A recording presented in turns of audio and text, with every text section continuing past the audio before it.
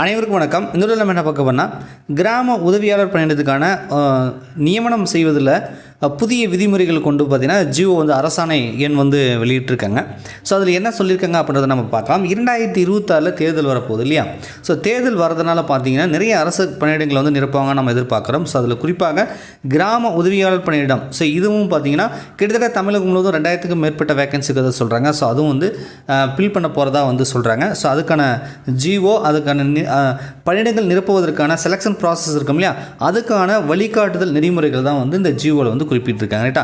இப்போ ரீசெண்டாக வந்ததான் 4/6/2025 தான் பார்த்தீங்கன்னா ஜியோ பாஸ் பண்ணியிருக்காங்க. இதுக்கு முன்னாடி எப்படி செலெக்ஷன் பண்ணாங்கன்றதுலாம் உங்களுக்கு தெரியும். ரைட்டா? ஆல் டிக்கெட் விட்டாங்க, எக்ஸாம்னு சொன்னாங்க. ஆக்சுவலாக பார்த்திங்க அப்படின்னா அவங்க சொல்ல நம்ம எழுதுறது, பிழை இல்லாமல் எழுதுறது, அல்லது புத்தகத்தை பார்த்து எழுதுறது, அல்லது வாசிக்க சொல்கிறது, இந்த மாதிரி தான் வச்சாங்க. இதுக்கு முன்னாடி ஒரு எக்ஸாம் பார்த்துருப்பீங்க ஒரு சில வருடங்களுக்கு முன்பாக. அதே மாதிரி தான் இந்த டைம் கொடுத்துருக்காங்க. ரைட்டா? அது எப்படின்னா டிஸ்ட்ரிக்ட் ஒவ்வொரு விதமாக வச்சுட்டாங்க. ஒரு சில இடத்துல எக்ஸாம் கொஸ்டின் பேப்பர் கொடுத்து எக்ஸாம் வச்சாங்க. சில இடத்துல பார்த்திங்க அப்படின்னா ஜஸ்ட் இது மாதிரி அவங்க சொல்ல நம்ம எழுதுகிற மாதிரி வச்சாங்க. அந்த மாதிரிலாம் இல்லாமல் தமிழகம் முழுவதும் ஒரே மாதிரி இந்த பேட்டர்ன் இருக்கணும், செலெக்ஷன் ப்ராசஸ் இருக்கணும் அப்படின்றதுக்காக இந்த ஜியோ வெளியிட்டிருக்காங்க. ஃபஸ்ட்டு இதுக்கான கல்வி தகுதி என்ன அப்படின்னு பார்த்தீங்கன்னா, நீங்கள் 10ஆம் வகுப்பு அட்டன் பண்ணியிருக்கணும். ரைட்டா? இறுதி அதை 10 எஸ்எல்சி நீங்கள் பாஸ் பண்ணியிருக்கணும்ன்ற கட்டாயம் இல்லை. ஆனால் நீங்கள் எக்ஸாம் அட்டன் பண்ணியிருக்கணும். ஸோ உங்கள்கிட்ட 10ஆம் வகுப்புக்கான அந்த மார்க் ஷீட் இருக்கணும் அப்படின்றது சொல்கிறாங்க.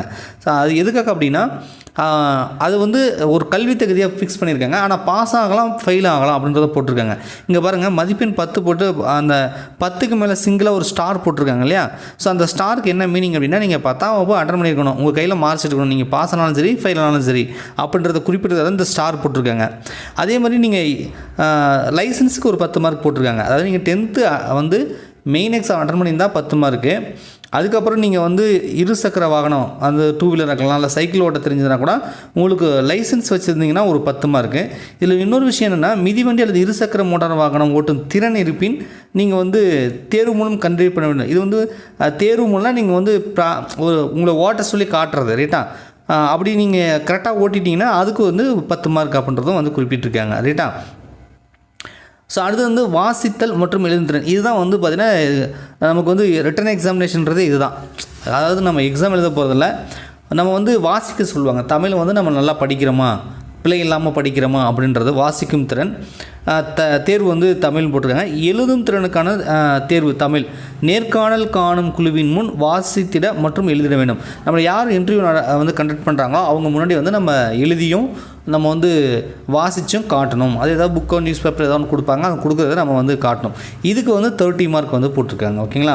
அடுத்தது வசிப்பிடம். ஸோ நம்ம கிராம உதவியாளர் பணின்றதுனால அந்த சம்மந்தப்பட்ட வில்லேஜ்லேயே நம்ம வசிக்கிறவங்களா இருந்தாங்கன்னா நமக்கு 35 மார்க்கும், அட்லீஸ்ட் அந்த தாலுக்காக்குள்ளே இருந்தோம்னா நமக்கு 30 மார்க்கும். ஸோ அந்த பர்டிகுலர் வில்லேஜில் நம்ம கூடுதலாக ஒரு 5 மார்க் கிடைக்கிது அப்படின்றத நம்ம பார்த்துக்கிறோம். ஸோ இது 4th கொடுத்துருக்காங்க.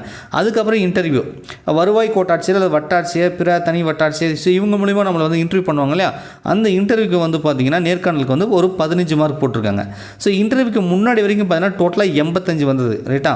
அதுக்கப்புறம் இன்டர்வியூக்கு ஒரு 15 போட்டிருக்காங்க. அதுக்கப்புறம் பார்த்தீங்கன்னா அவ்வளோதான், டோட்டலாக 85 + 15 மொத்தம் 100 மார்க். இந்த 100 மார்க்கை வச்சு இதில் நீங்கள் கட் ஆஃபில் வரீங்கன்னு பார்த்தா செலெக்ஷன் பண்ணணும் அப்படின்னு சொல்லி ஒரு புதிய கைட்லைன்ஸ் கொடுத்துருக்காங்க.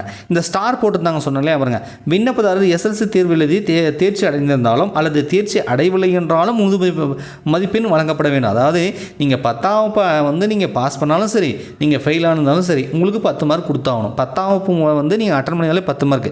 இந்த 10ஆம் வகுப்பில் அதிகமாக மார்க் எடுத்திருக்கேன், கம்மியாக மார்க் எடுத்துருக்கிறதுலாம் கிடையாது. ஜஸ்ட் நீங்கள் 10ஆம் வகுப்பு அட்டன் பண்ணியிருந்தாலே உங்களுக்கு 10 மார்க் கொடுத்துடணும் அப்படின்றதும் சொல்கிறாங்க.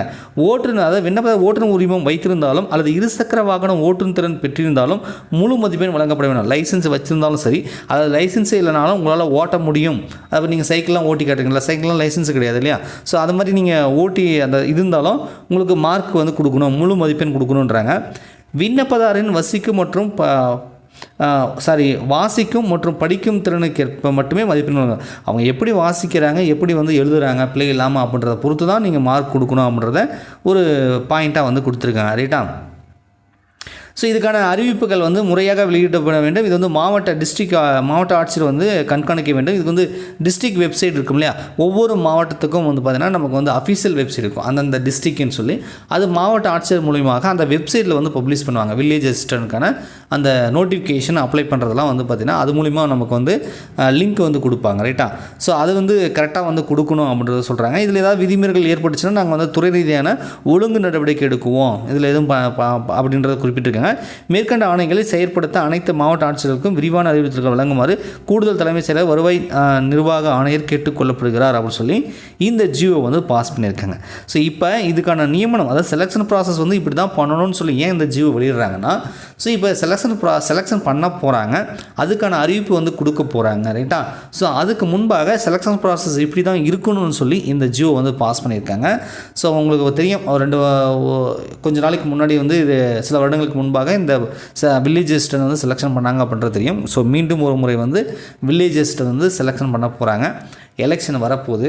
ஸோ வந்து ஒரு அறிவிப்பு வரப்போகுது. இது வேக்கன்சி வந்து ஒரு 2000க்கு மேற்பட்ட வேக்கன்சி வரப்போகுது. இதுவும் ஒரு அரசு பணி. கிட்டத்தட்ட பார்த்திங்கன்னா ஒரு 11,000 12,000க்கு மேலே சம்பளம் கொடுக்க போகிறாங்க. ஸோ நீங்கள் ஒரு கவர்மெண்ட் ஜாபுக்காக வெயிட் பண்ணுறீங்க, நீங்கள் 10ஆம் வகுப்பு ஃபெயிலாக இருக்கீங்க அல்லது பாஸ் ஆகிருக்கீங்க, அவ்வளோதான் படிச்சிருக்கேன், ஸோ இந்த ஜாபுக்கு எனக்கு சூட்டபுளாக இருக்கும் அப்படின்னா, ஸோ நீங்கள் வந்து நம்ம சேனலை சப்ஸ்கிரைப் பண்ணி ஃபாலோ பண்ணிடுங்க. டிஸ்ட்ரிக்ட் வெப்சைட்டில் அஃபிஷியலான நோட்டிஃபிகேஷன் வந்துச்சுன்னா கண்டிப்பாக உங்களுக்கு வந்து நான் இன்ஃபர்மேஷன் வந்து கொடுக்குறேன். ஓகேங்களா? நன்றி, வணக்கம்.